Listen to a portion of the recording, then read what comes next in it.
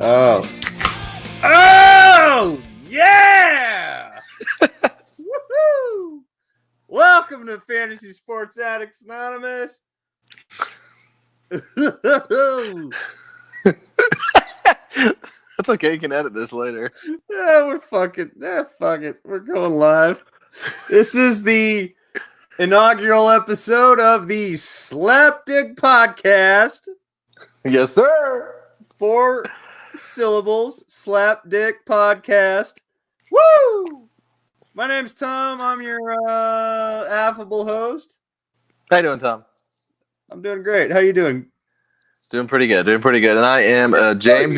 I'm James. You can catch me at Cubby Knoll on Twitter, and proud to be a part of the Slapdick podcast. We're trying it out. We're starting it out. We're gonna see what it is. Oh, and full disclosure, let me just stop you right there, Tom. Okay. We're called the Slapdick podcast, so don't be surprised if guess what? We do something Slapdick. But yeah, we're here to just have a good time talking baseball, and we'll meander on to non-baseball topics at third points. Well, I mean, speaking of just all that, oh, by the way, like, comment, subscribe, hit the bell for notifications in the future if you want to hear this podcast, if it's not terrible. Always do all that stuff, don't forget. But yeah, at Cubby Knoll, at FSAA, we're going to have a good time here. We're going to talk some baseball, fantasy baseball, and topic du jour is obviously COVID-19. I mean, everybody's like, my COVID. Yes. I don't know about you, but it's been a dark past 2 months for me. I've been at home since March 16th. I was working from home, and now I'm just, teaching my 4-year-old. And it would be really nice if I could have a respite from that and just tune on to some sports. But, of course, we can't. No. Having said that, we're starting to see maybe signs of a possible shortened baseball season on the horizon.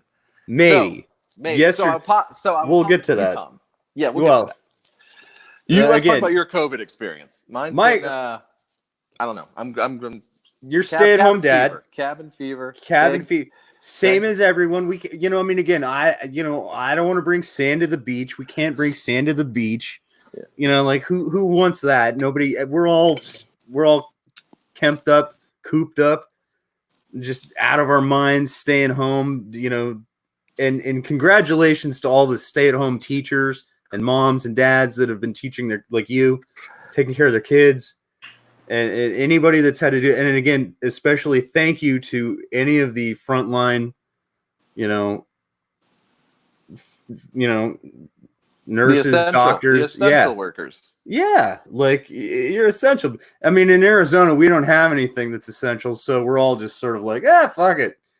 But I mean, that's my COVID experience. I went from wearing a N95 mask every day.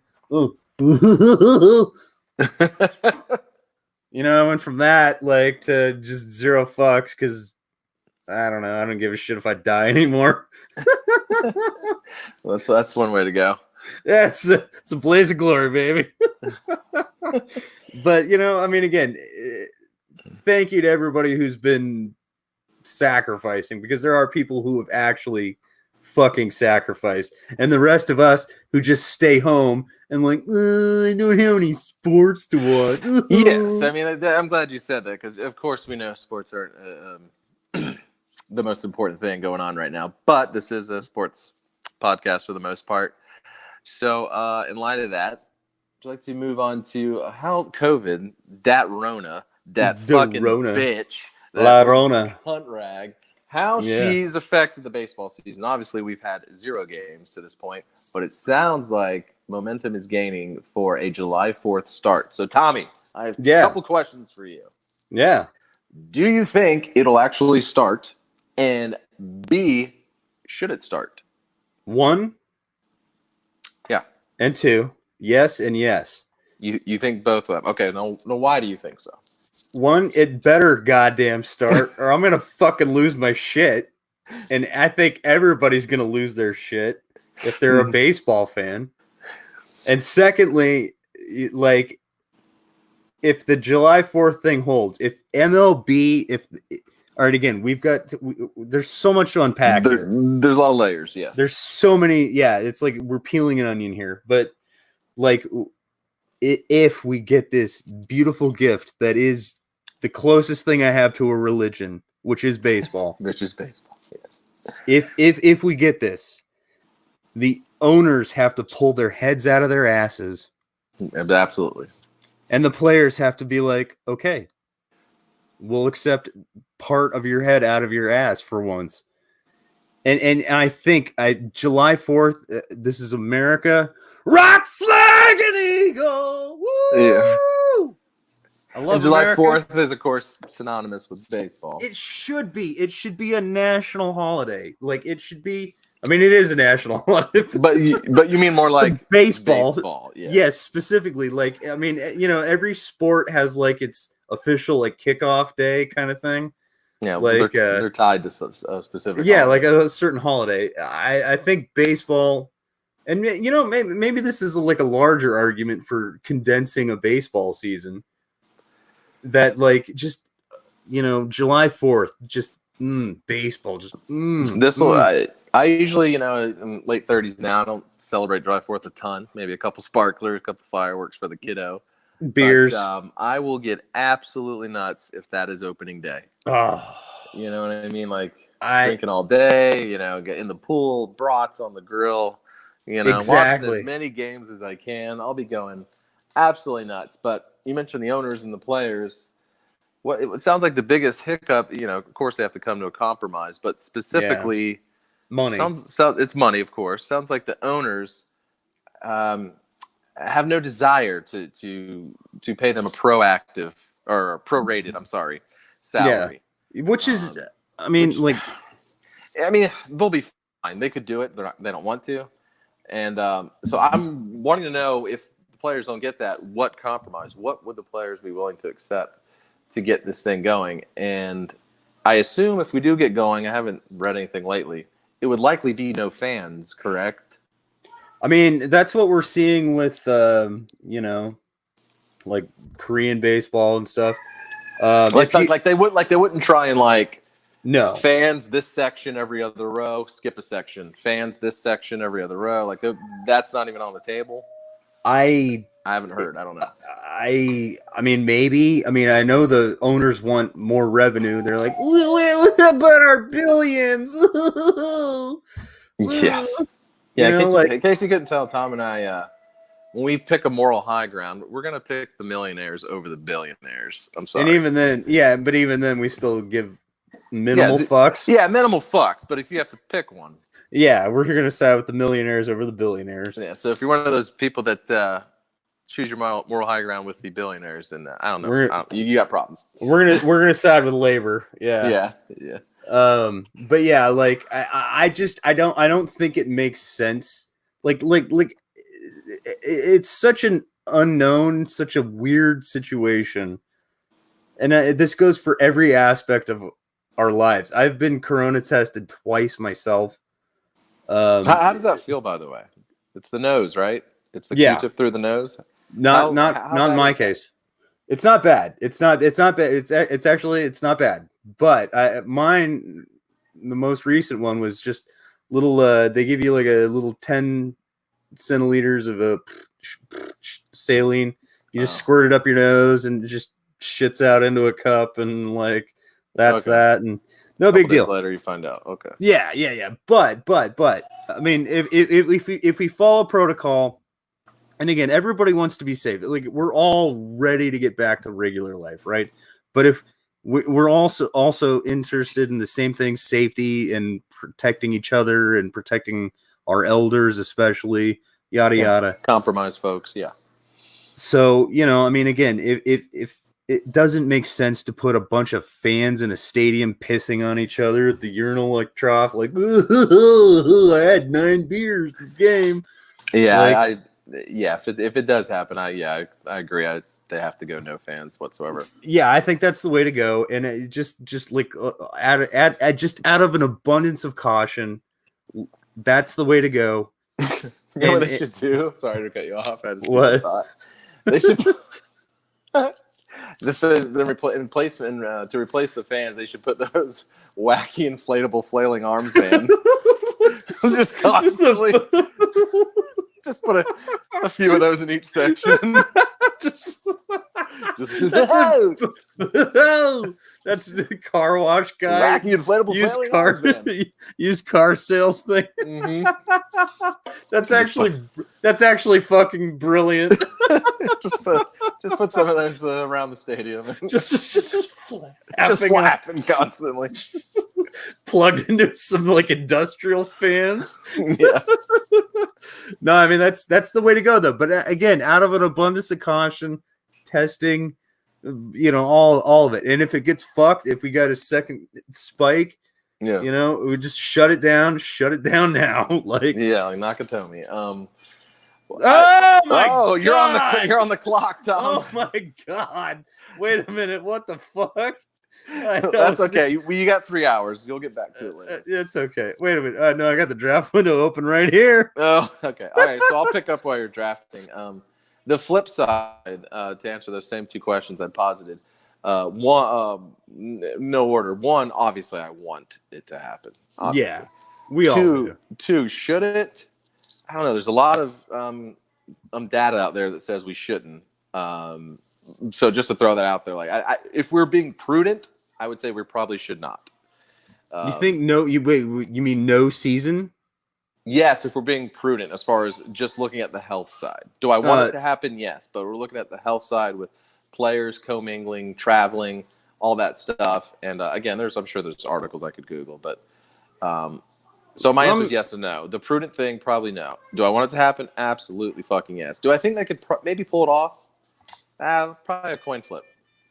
And by pull it off, I mean pull it off without, it's a player getting it, and then you have to quarantine the whole team. And then how do you decide the remainder of their schedule since this one team is quarantined? And if that team has to be quarantined, then do you quarantine the team they just played? And the team you just played, the team that they just played get quarantined? There's so many dominoes to this. Yeah, So I think it's going to be extremely difficult to pull off the entire second half of a shortened season. That's why I would say the prudent thing is to do no. But I mean, I absolutely want it to happen. I miss baseball. To me, I say zero fucks. Like what is that dinging? That's my phone. That's Nate texting. Hey, Nate, fuck you. I'm on the clock. Okay. Anyways. Yeah, now it's your turn. And Nate, not fuck you. We love you, Bubba. We love you, Bubba. Okay, and this is a dynasty mock draft round, which we'll talk about a little later. We're stuck. Yeah, we're stuck in that. But I do think with the whole, like you're saying, there's a lot of downstream ramifications, all that. But we are talking about people in their absolute prime of life, young. Yes, healthy. yes. The odds of them dying, no. But again, you know the rule: if one gets sick, they're going to have to quarantine the team. It's just They'll have to do it. Well, I mean, fuck it. I play. So that's everything. what I mean about the logistics. Will be very hard to pull off. Yeah, the logistics. I mean, we're talking about traveling, hundreds of division realignment, whatever they're going to do. Yeah, and we'll get even to that whole situation. Okay, but actually, maybe we should just do that now. But again, not to beat a horse on the COVID. Like, we're all sick of it. We're all very concerned for our health and well-being and everyone else's. Some of us are in locations where it's better than others, I read some statistics about here in Arizona, we have a percentage of our population that is more infected than the entire state of New York. That's insane. Like, I don't know how that happens, but again, this is like above my pay grade. It's above all of our pay grade. I'm not gonna act like I'm an expert. And as we've discussed off air, that there's so many conflicting reports and data that if you're one of those people that are so staunch on one side or the other, You're a fucking asshole. Hey, guess what? I know everybody. I know something you don't know. But if I'm gonna pick a side, I will pick to err on the side of caution. But still, absolutely, there's so many people that are so adamant in whatever stance they take. It's like, bro, you want to send me a link? I'll go find the opposite in a link. I mean, we could go within a heartbeat all day. Yeah, within a heartbeat, you could find, and that's what's so insane about this. And like, I mean, we're all going through it, and like, so, you know, our thanks and our hearts are going out to the people who are keeping the rest of us safe and healthy, and anybody again who's suffering more than the rest of us. We love you. Okay. Right? Well, with that, yes. But let's get to the real meat. Yeah, the baseball meat. You know, the baseball meat. Let's start with reality. Let's start with just very briefly on how it impacts like pennant races and things like that. Teams, real life teams, and then we'll go into fantasy. So for me, I'll start, and you can piggyback on whatever I say. Absolutely. To me, I think the shortened season, and I'm not the first to say this, so I'm not reinventing the wheel here, is the shortened season hurts the super teams. Yes. More than it does the middling or crappy teams, because obviously in a shortened season, it's not a marathon. It now becomes a sprint. So well, hang on. What's the phrase? You win 80, you lose 80. Wait, no, I don't know. I don't know the phrase, but you see where I'm going is the middle ground. Yeah, you see where I'm going is there's so much more variance in a shortened season, and so in a longer season with teams that have such incredible depth like the Astros and Yankees, I mean that's just right up their alley. You know what I mean? Like that.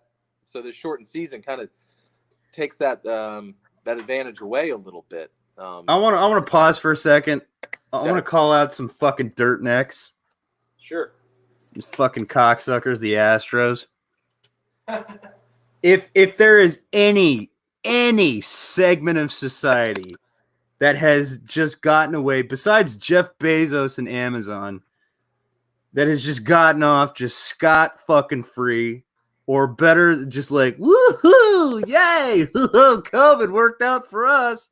It's the fucking Astros, because every single one of those guys would be wearing baseballs for ears. Like, yeah, right. I mean that we all know that, but Jesus, I mean that would be so much fun to watch actually, because like how many fights, like we're just sick of getting beaned, man. You know, like how many times you have to pay for your sins. Yeah, that would be pretty fun. But yeah, so I think it's got to be chaotic in a shortened season. It's got to be chaotic. Teams that might not have made the playoffs in a normal season could just go ahead and get hot for a stretch and get a wild card by going, Nationals 45 and 35, whatever. 45, 35. Can you imagine 45, 35? Nationals for sure, though. Yeah. So that's what I think. It's going to be a little chaotic. But we're talking about 7 innings, double headers. Yeah. It'll be fun to watch, which teams that you would know probably had no chance in 162 games, which ones happen to make it in, you know what I mean? There will have to be at least 1 to 3 teams like that where you're like, there's no way they would have made it over 162. Yeah, like how do they manage to blindly? And hey, you know what? If you're a fan of one of those teams, hey, no need to apologize. COVID's not your fucking fault. That's true. You know what I mean? So like, if Andrew, that means your Cardinals. Yeah, so if like the Cubs who aren't picked to win the division, if they haven't won the division, I'm not apologizing to anybody. No, I mean, again, even a broken clock is right twice a day, Yeah. But yeah, like when you got this half cocked, like everybody's sort of competitive at the same time, even though they're not. Like, I mean, it's crazy. Like, I mean, this is like we're talking about crazy times here, and it is crazy times, but it's going to be fun. Like, there's some unique, and that's why I hope it does happen. That's why I say yes, it is going to happen. Because the fun of all of that, just the, like, just that derby, the 4 wild card teams and all that. We wait basically 4 months to watch the stretch run in August and September. Yeah. Now we're gonna wait like a month and a half or 2 months, and then the stretch run begins. It's just like rammed. It's like if somebody just crushed a beer can. It's just like rammed right up against its own ass. Like yeah. Which may there, and maybe that's a larger zoom out picture, but like there are so many things to consider with this. Like we now have, wait a minute, a National League DH. Yes, that's on the horizon. What? But before we get to that, we should mention that the fantasy impact of the shortened season. So I'll just name a couple things, but to start, obviously, for instance, if you had drafts back in February or March, you took some gambles on maybe some prospect pitchers or some guys that were coming off the IL. Guess what now, baby?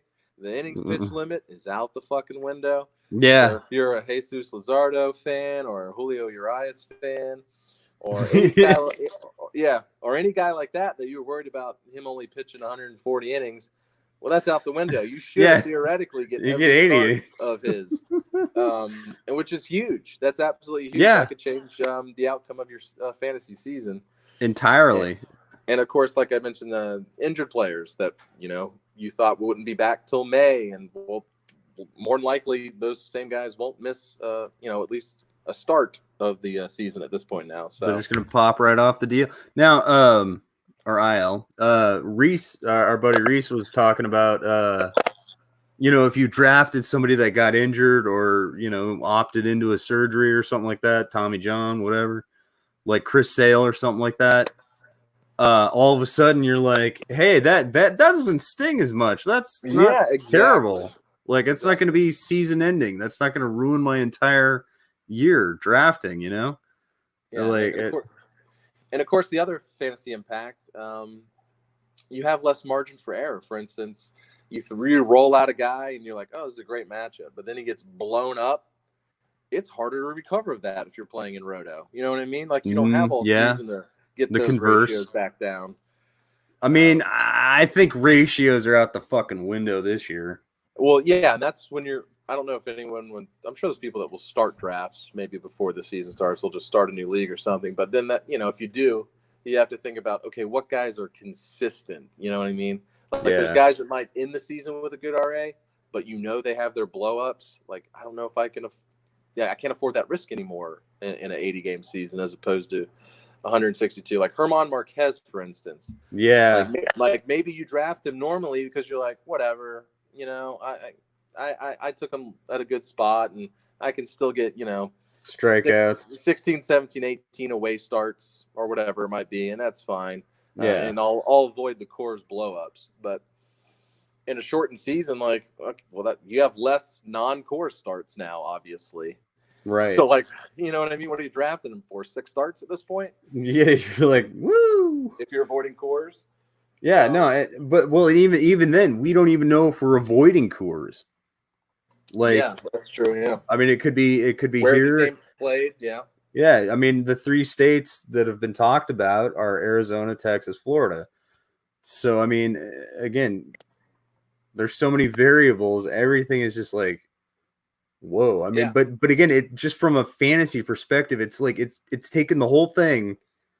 And now we're like George Costanza in the blankets. We just like to swish and swirl, and you know what I mean. Like it's just like we don't know what's happening. Like, but it really has opened the door for some insane potentials, like prospects, just injuries, everything. Like, I mean, it's gonna be fun if we get it, and I know we're gonna get it. Yeah, and I forgot about that element. Which, if they're not playing in their home, if everyone's not playing in their home states, of course. What I just said about Herman goes out the window. Suddenly he's like, wait, all of a sudden, he's all of a sudden it's like German Marquez top, I don't know, 15. He'd be up there. I mean, I don't know. Yeah, I mean, of course, easily. Yeah. And then, of course, the opposite would be true. I probably would pass on a Story and a Arenado if they don't ever play at Coors. That's I mean, and that's a shame. And that would obviously hurt your team. Yeah. If you already have those guys.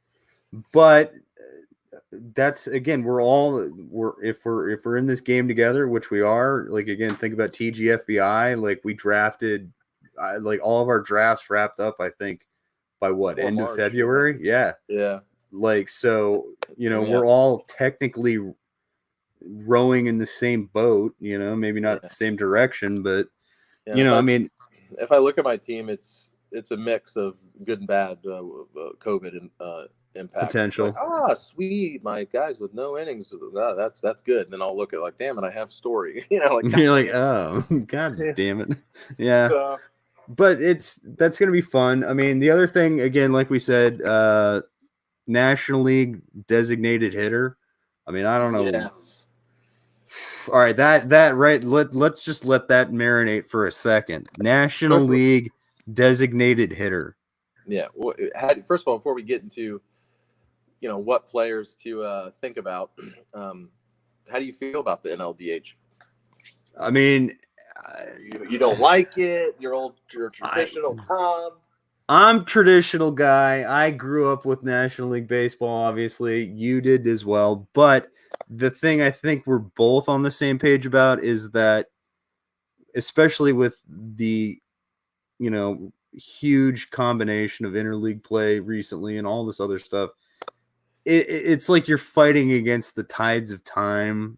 It's an unwinnable battle. You know what I mean? Is. And I have no interest in watching pitchers hit 175 for the season. I just don't. And then, of course, with the shortened season, rosters are going to be expanded. Yes. So it becomes a necessity in many ways. But we made a little short list. Now, this is, again, Slapdick podcast. So we may have forgotten Slapdick.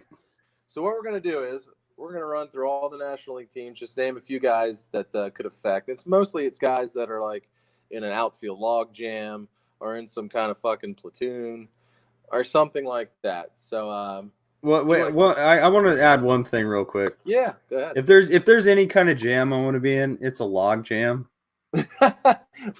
What was that? Log jamming. What was that porno? Log Big was it? It was log jamming from Big Lebowski. It's the porn. It's Wasn't it log jamming? Log jamming, yeah. He fixes the cable. Don't be fatuous, Jeffrey. Yeah, he fixes the cable. He's making his White Russian. Yeah. So let's log jam it. Yeah, so let's kick it off with your hometown team. We got 3 names. The Snakes.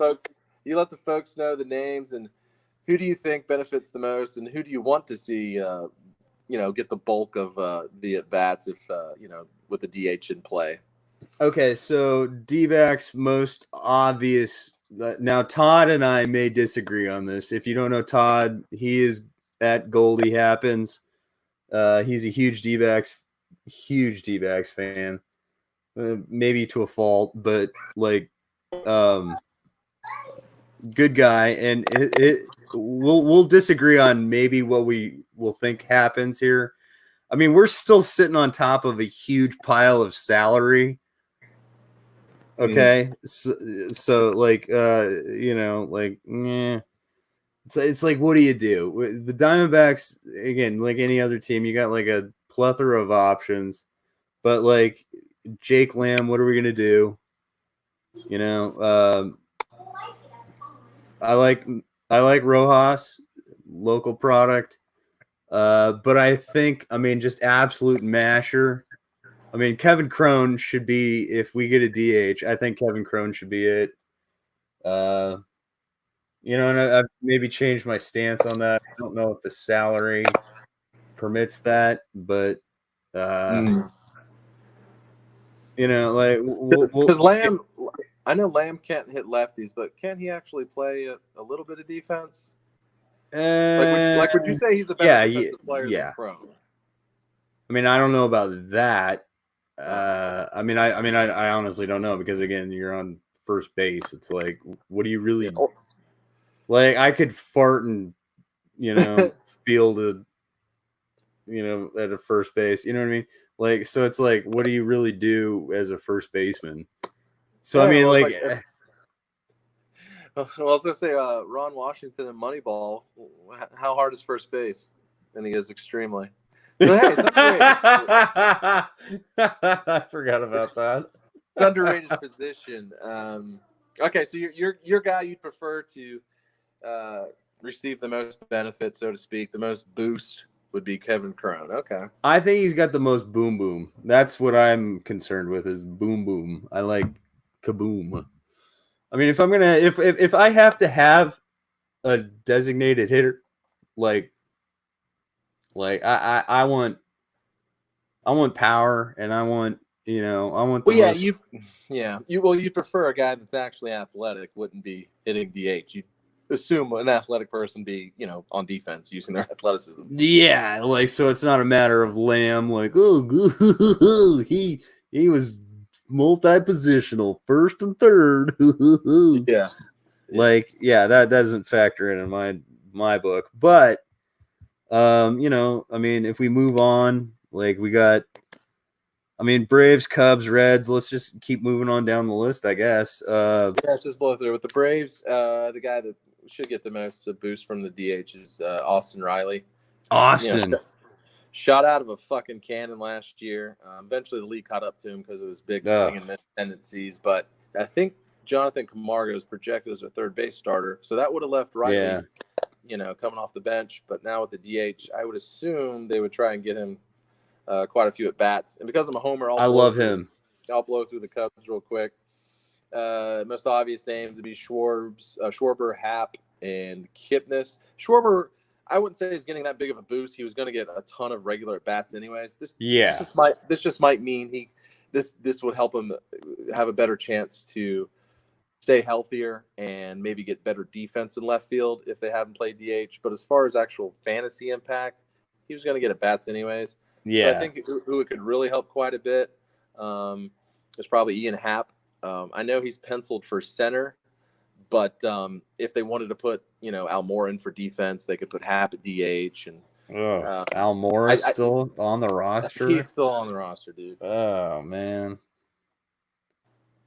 Yeah.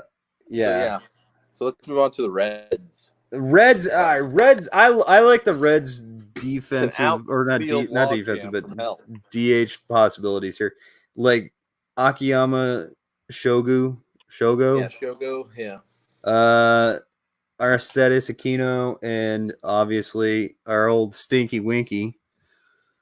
There's some fun to have there. You can kind of take your pick there. I don't know what you expect from Shogo, but I believe he's good at defense. I would expect him to be in the field. Out of this list, the one that would make most sense for DH that would, undo a logjam, I think Kino? Winker at DH.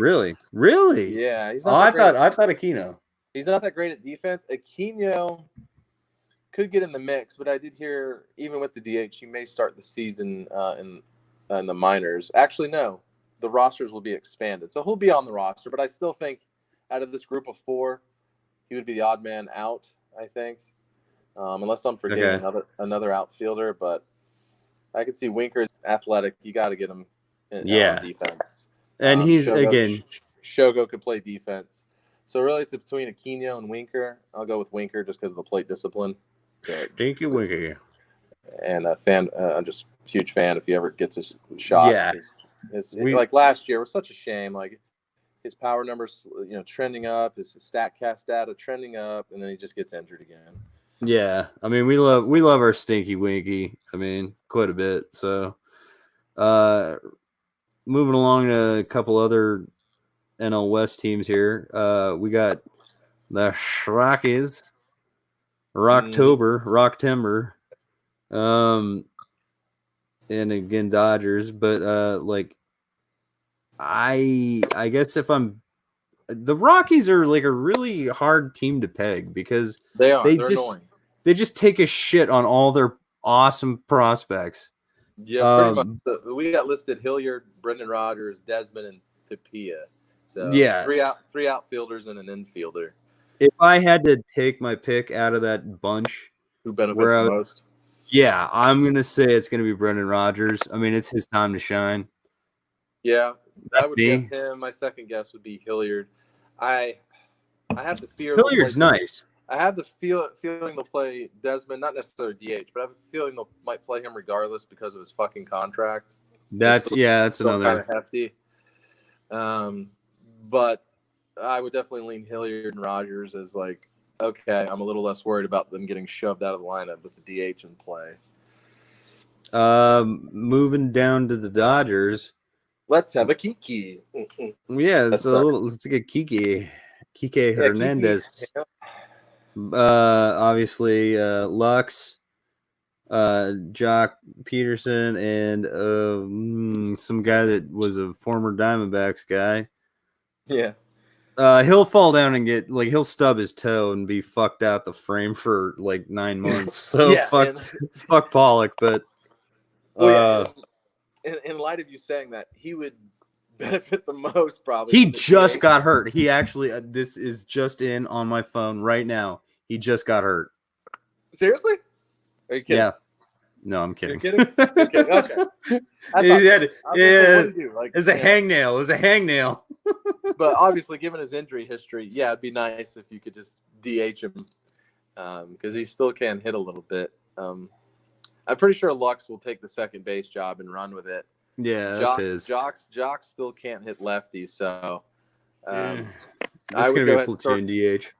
I would go ahead and circle Pollock as the guy that it would help the most. Yeah, just because, again, you keep him out of the field, he's less likely to get a fucking I got turf toe or some shit. Like, yeah. Now, up next, I guess we have to because they are a National League team. They exist? Yeah, they exist.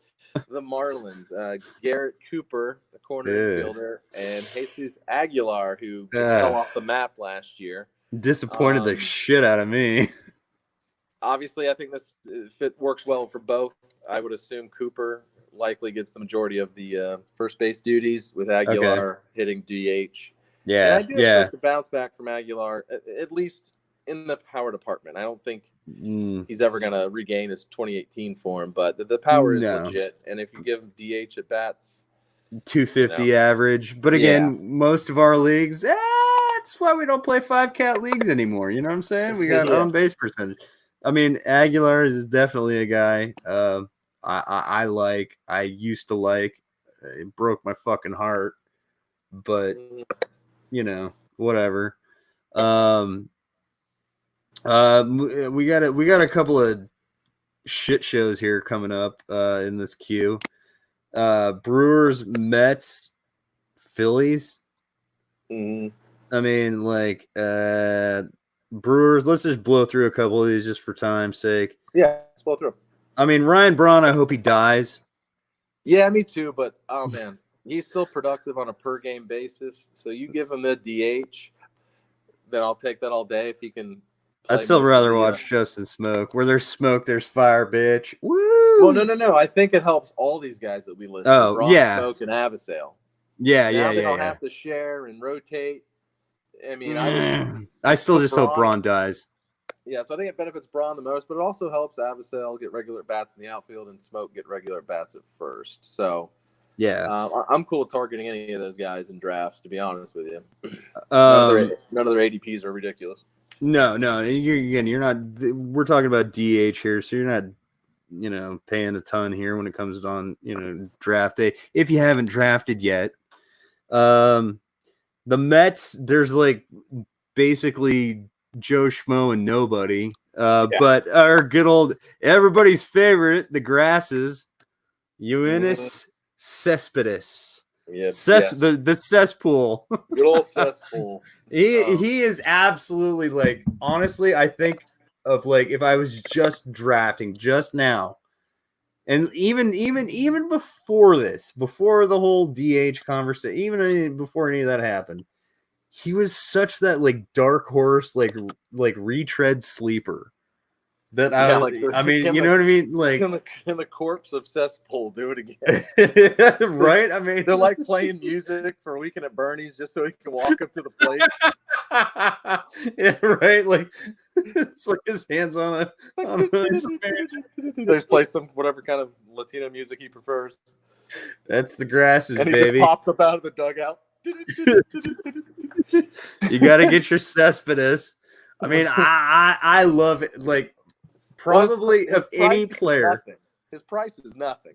Yes, and even like honestly, I think of any player specifically, maybe outside of one Padres name, I think of National League potential DH options.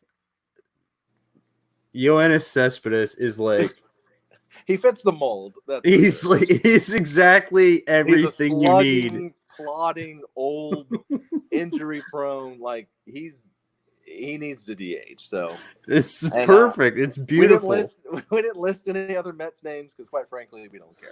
I don't even. Yeah, and honestly, who even watch? Is there even anybody on the Mets? Like, is it just him? That and that instead DeGrom. That's about all she wrote. Yeah, Stud DeGrom, and then there's like the ghost of Matt JD Harvey. Davis. I mean, there's a few, I guess. I'm sorry, any Mets fans. Relevant players, but we kid. But all right, moving along to the NL East team, the Phillies. We got written down Kingery, Didi, Jay Bruce, and Roman Quinn. Who do you like? Who do you like out of that group the most? And who do you think for me benefits the most out of the DH? Didi. Not that necessarily have to play DH, but the fact that DD exists. You like Didi. Well, yeah, because you have Didi all day. Yeah, I get it. You have Segura at short, and Kingery can play second, so maybe Didi DHs on occasion or most of the time. Of course, we love him. Of course, everyone loves him in that ballpark. Short right field porch, Citizens Bank. He pulls everything in the air. Yeah. So I think it might help Didi the most. But I do like it for mostly all of these guys, except maybe Quinn. Some people think Quinn's is a sleeper, but yeah. I think this really helps Kingery, Didi, and Bruce. They all find a way to get at bats. I think I might take Kingery just because the speed element and his defense in the outfield. I'd like to see career advance Kingery, that is. Yeah, but he showed a little bit of sign last year, So, but yeah, I think you're right. Worried about a middle infield log jam, and now Didi. I know he was penciled in to play second, I believe. But now, they don't have to. Now, if they want, DH and put Kingery at second, whatever. Yeah, you got some flex. Yeah, it's the beauty of flexibility, Bobola. Yeah, it's flexibility. All right, next we have a really boring team. The P rates. I don't even know what this team is. The Pilates, like Pilates. Pilates. I took a shitties. Yeah, the names we gave up. We gave up so hard before anybody even knew what baseball was happening. We just traded away everything, and we have like a 10-cent franchise now. Yeah. I just it was hard to find names. I mean, I got Osuna, Dyson Reynolds. I think Dyson was probably going to play pretty regularly anyways, but now I think this helps in the sense that when they want to bring up who am I thinking of? Jared Oliva, the other center fielder. Like if they do bring him up because they want to give a young player on a shitty team some at bats, Dyson can still do something else like DH and still get you some steals. But it's gross. Osuna, maybe it helps him a little bit, but I think it would help Dyson because I think most people that drafted him for steals, but they thought maybe that would be fleeting because at some point one of their youngsters would take a spot because their season would go down the drain. But so I'll go with Dyson. It could help the most because if he gets moved out of center field for a youngster, he could still theoretically DH. Yeah. Again, it's ugly. It's ugly, but it's ugly too. The Pilates. What team is that? So we got Padres, Giants, Cards, Nats remaining. Okay, so Padres. I mean, obviously you got your Trent Grisham, you got your Franchi for Cordero and Will Myers. What the fuck is going on outside?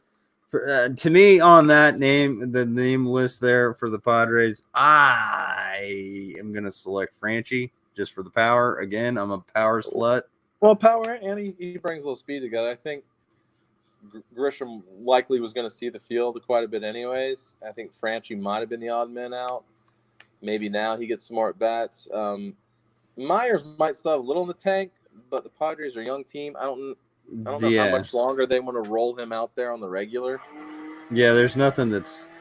I mean, like, he was a pretty good player not too long ago, but they might be making that shift towards younger guys. So yeah, I like Franchi to squeeze in the lineup more often now that DH is around. Gigantes. You got Slater. You got Dickerson. Another. Yeah, it's another team where it's just like, don't if you're looking for a DH, don't look to the fucking San Francisco Giants because cards. I'll do the cards. Those fuck boys. Yeah, you're gonna give the fuck boys a roll. Yeah, we got listed Brad Miller, Fowler, Bader, O'Neill. For the most part, an outfield logjam. Some guys like Batflip Crazy really like Brad Miller late in drafts. I'm talking like post 400. Okay. Just because he has some surprisingly good or surprisingly above average StatCast numbers, so maybe the DH helps him get some at bats. Beyond that, I mean, this guy is not your stereotypical DH because he is an athlete, he is fast, but he's still hulking and big. I'd love to see O'Neill just bash out of the DH spot. Yes. Okay. Thank you. Because yes, that like for me again, young player, like I still think he's again it seems like some of these names like Bader or O'Neill, the cards like the names have been around forever, and yet they really haven't. But they haven't even been given a full run. So like I think O'Neill to me is the guy that's like that is where there's still, there's still some juice there, I think. I mean, of course, everybody's going to talk about Dylan Carlson. Yeah, and that's the other thing that we didn't list many prospects on this list just because we've already gone 45 minutes here. But the other thing this DH does and the expanded roster does, keep an eye on prospects. Now suddenly they could have roster spots. They could, DH. But yes, Dylan Carlson, he would play the field. So this is Carlson's the future there, but he'd play the field. But remember that as well as you're thinking about the DH and expanded rosters is how it affects prospects. Now the Nuts. I mean the Nats. The last team.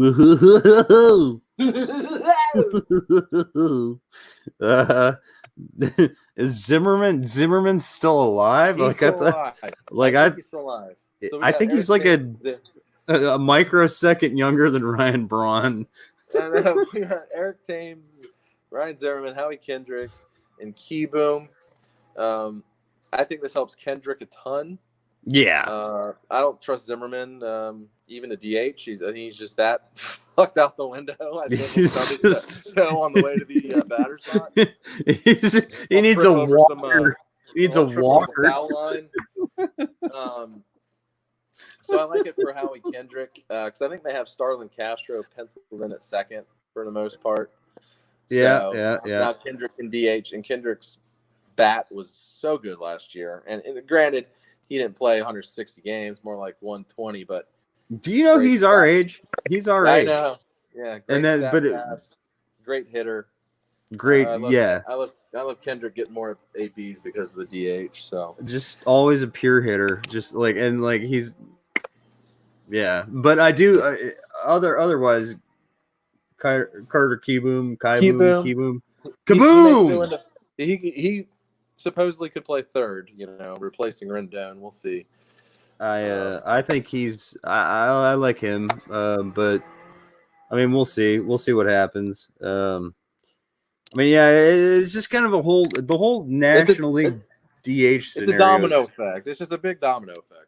Yeah, it's a trip. I mean, again, the real big question here is it going to stick? And to me, once you let the horse out of the barn, you got to keep it out. Yeah, right. It's like you can't unfuck the girl that just got fucked. Yeah.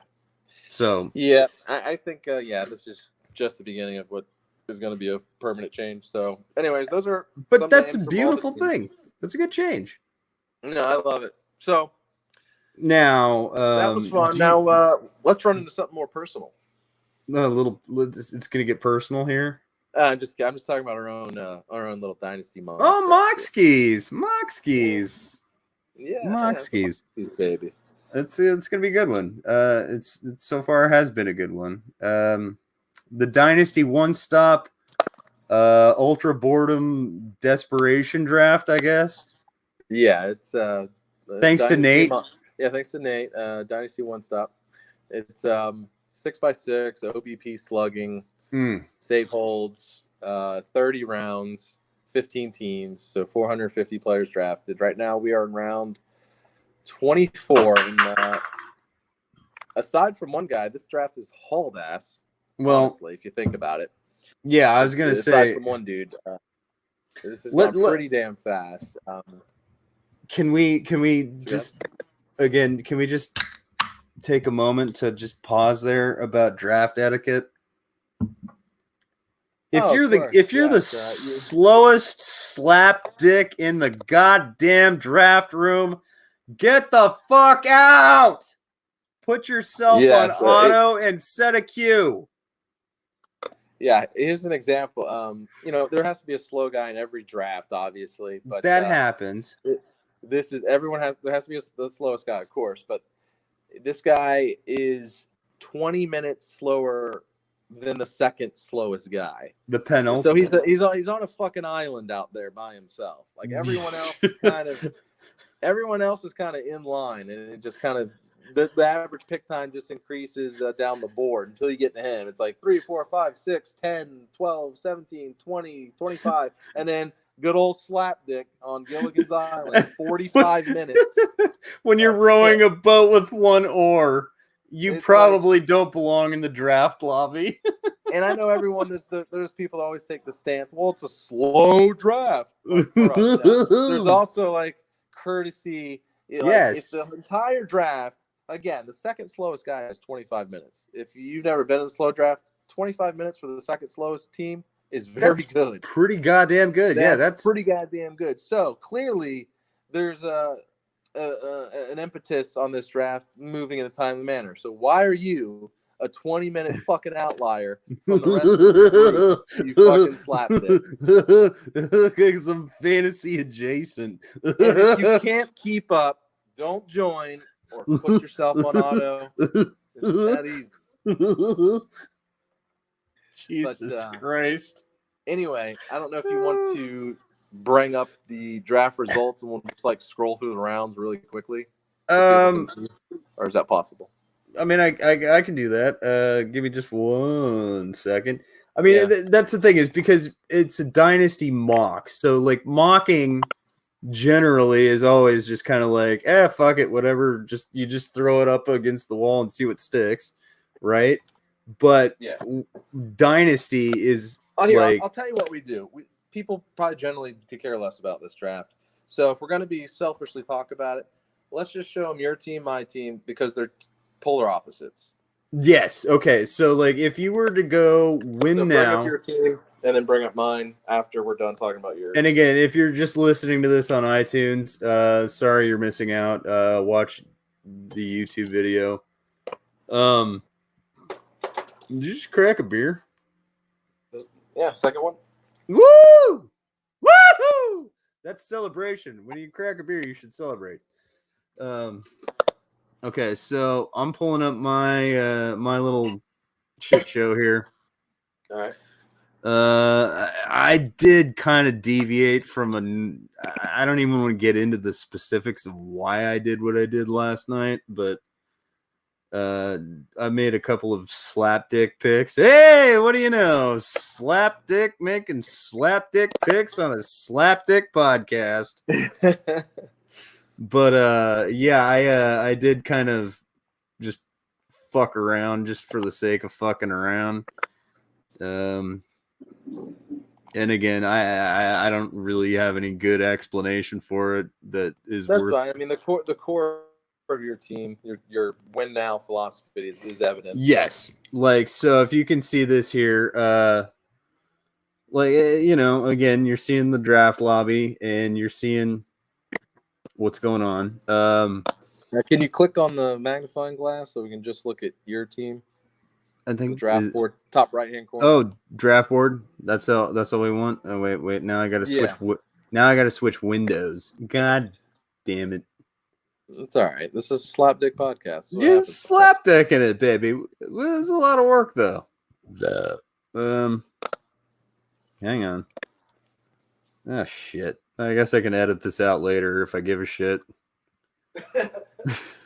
No, it's fine. No, I mean, now it's like, because again, you can see my roster, but fuck. Hang on. Yeah, if you can get to, draft results by team, then we'll look at it. Yeah, that's a little bit better. It's a better view of what, and again, bear with us. We're still feeling things out. So if you lasted 55 minutes, you ain't going nowhere. Yeah, fine, Bubble Up. What are you doing? You're not going nowhere. Stay tuned. Buckle your seatbelt. We're gonna have some more fun. Oh, good.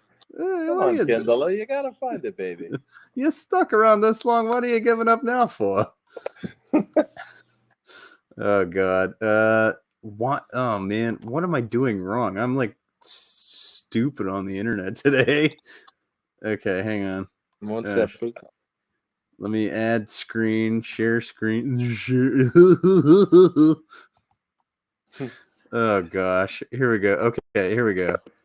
All right, hey, there we go. We got the draft. All right, that's the results. So click at the top by team, top left. Oh yeah, I got it. Find your spot. Wait, well, since you're first up, let's share yours. This is the tricycle team. Hey, wait. Let's pause here. We'll pause here for just a little break. I want to say, hey again. Thank you, listening to Slapdick Podcast, Fantasy Sports Addicts Mouse. Yeah, number 1. We're just slapdicking it around. We're going to take a look at our dynasty rosters here. This is the dynasty draft for, again, Dynasty One Stop, our good buddy Nate. And Cubby, you are at Cubby Knoll on Twitter, and I am at FSAA. But you went with the fucking tricycle again. I went with the tricycle. Again. Again. It's a dynasty. It's a dynasty mock, so I am more apt to go a little kinky. You gotta have. So if you just look at my team, I don't even have to explain. You can see, I think my oldest guy is like 24, and the team's mostly full of top 100 prospects and top prospects. Yeah, and I of course did the standard build with bats, and so I have far more bats than arms. But I was gonna say, how many pitchers do you even have? 2, 3? No, I have 6. 6. Okay, all right, maybe even more than me. That means I have like 18 hitters, so a 3-to-1 ratio. Okay, and this and again, I'm not going to explain my team because you can see it on the video if you're on YouTube. If you're not on YouTube, just hop on if you want to look. But yes, I went complete tricycle. Now, I will say this about this draft strategy. The actual drafting of it, to me, is easy. It's one-track mind, get young guys. But to actually execute it as far as winning a championship, that becomes much more difficult. You have to have patience. You have to make sure you're not trading away the good players on accident. Make sure you're striking when the iron's hot with guys that have hype value. You have to work your ass off to make sure it all comes to fruition. But right now on paper, you see all these names and you're drooling, but we all know the hit rate on prospects is not necessarily that high. Even there's no guarantee, especially like pitching, obviously. But like, I took far less. Yeah, but with the bats, the idea in a fantasy league, if you have a plethora of piñatas that hit bats wise, you can go out there and like, I'm just gonna go trade for a good pitcher and I'll win now. Like when your bats are finally ready, and so like this is a great. Again, the names are mouth watering. Again, headlined just for people who are listening on iTunes only. Vladimir Guerrero obviously is like starting point. Bo Bichette, and you did have to swear that you were not we're just going to check that again. You're not a Blue Jays fan, are you? No, I'm not. Okay. All right. Nate's got a win now team. That's just on the side there next to yours if you're seeing it on YouTube, which is, that's cool. And I see he took Alec Thomas. I didn't know who fucking pissed me off by that. I'll find my team here. Yeah, and you're a win now team as well.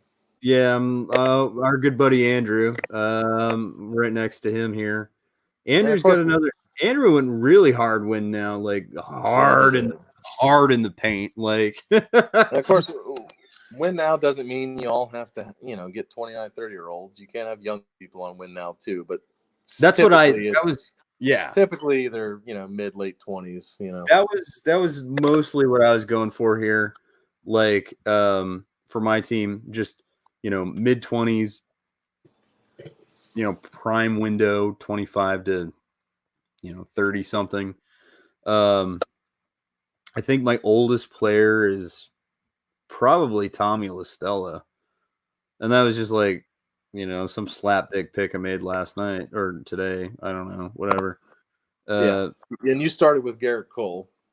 Now that was again, I was picking 14th out of 15th overall. So Garrett Cole falling that far, that's not normally going to happen in any draft. In redraft, he's gone by the sixth pick.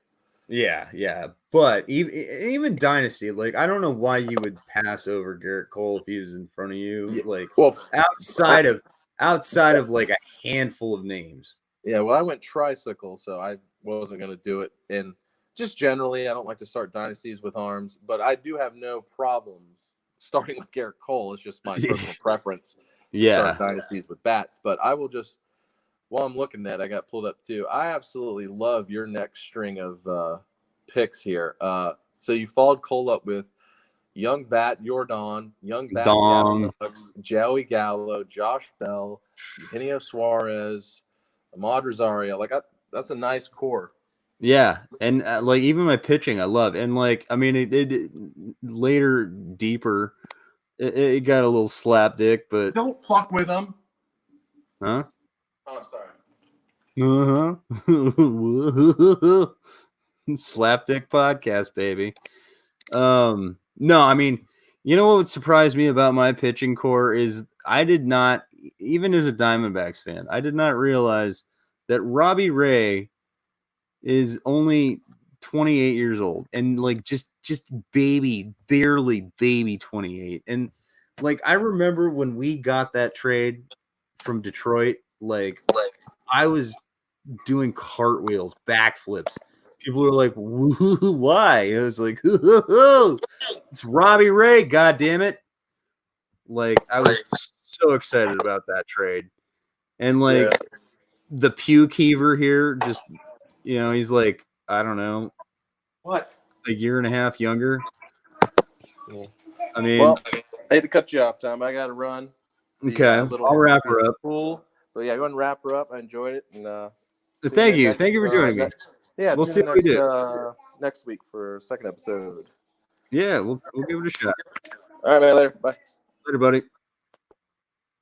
All right, so that's pretty much tail of the tape there. I mean, I don't really know much else to say other than again, nobody likes looking at anybody else's roster unless you really like doing that. Yeah, but you can do your own roster. That's the thing, is we're gonna hopefully have some baseball here if COVID doesn't kill us all. Hopefully, and I'm pretty sure it won't, but it's been a miserable goddamn 2-3 months. We'll find our way out, though. And if you're a survivor like me, ain't shit. So I hope you're a survivor. I know you are. Anyways, I guess I'll wrap this little Slapdick podcast up with Fantasy Sports Serenity Prayer. Fantasy gods, please grant me the serenity to set my ideal lineup. Courage to ad drop aggressively. And the wisdom, as always, to make good trades. Amen. Now, again, if you are watching on YouTube, like, comment, subscribe, hit the notification bell. If you're only listening on iTunes Audio or Stitcher or whatever, we got your back too, baby. We love you. Please leave a review. It would always be appreciated. My website is fantasysportsaddicts.com. Feel free to stop by, leave a comment, send me an email, whatever you gotta do, boy. You gotta get it off your chest. You know what I'm saying? It's all good. And you can hit me up on Twitter at letter F, letter S, the word double, letter A at FSAA. And my illustrious co-host for the Slapdick podcast is at CUBBY Cubby, at Cubby Nole NOLE.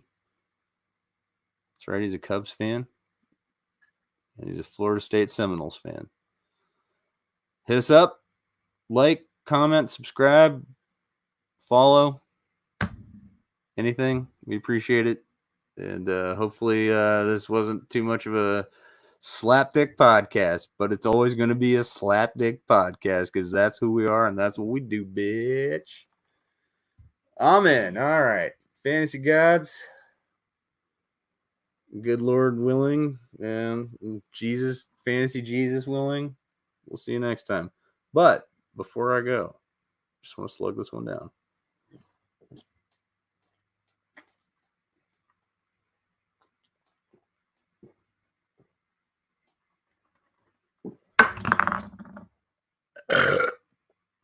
See you next time.